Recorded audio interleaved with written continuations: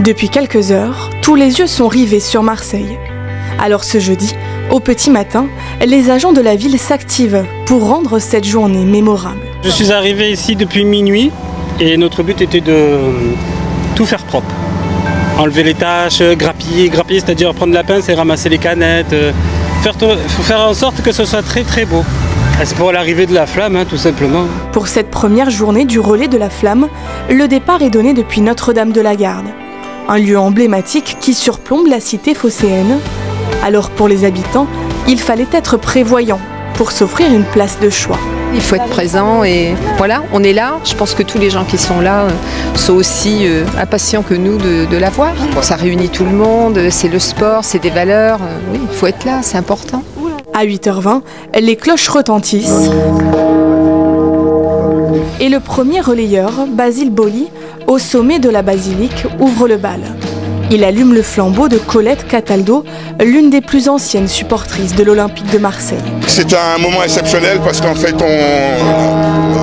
l'Olympique, c'est un relais d'humanisme important. Et là, vivre ça, être le premier à être là-haut et en même temps voir Marseille, c'est exceptionnel. En 30 secondes, on vit quelque chose de particulier. Après la Bonne Mère, la flamme poursuit son parcours à travers la ville, de quoi rendre fier tout un peuple qui lui a réservé un accueil à la Marseillaise. On a préparé deux, trois décorations extérieures. Puis après on va mettre un peu de musique pour la foule qui va, je pense, pas tarder à arriver. Dans son appartement situé sur la Corniche, cette famille guette l'arrivée de la torche.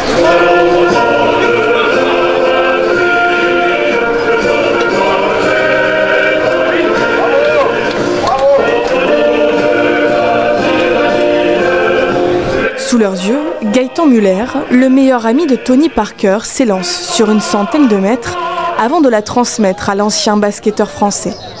Assez ému. Ouais, pareil. Assez ému.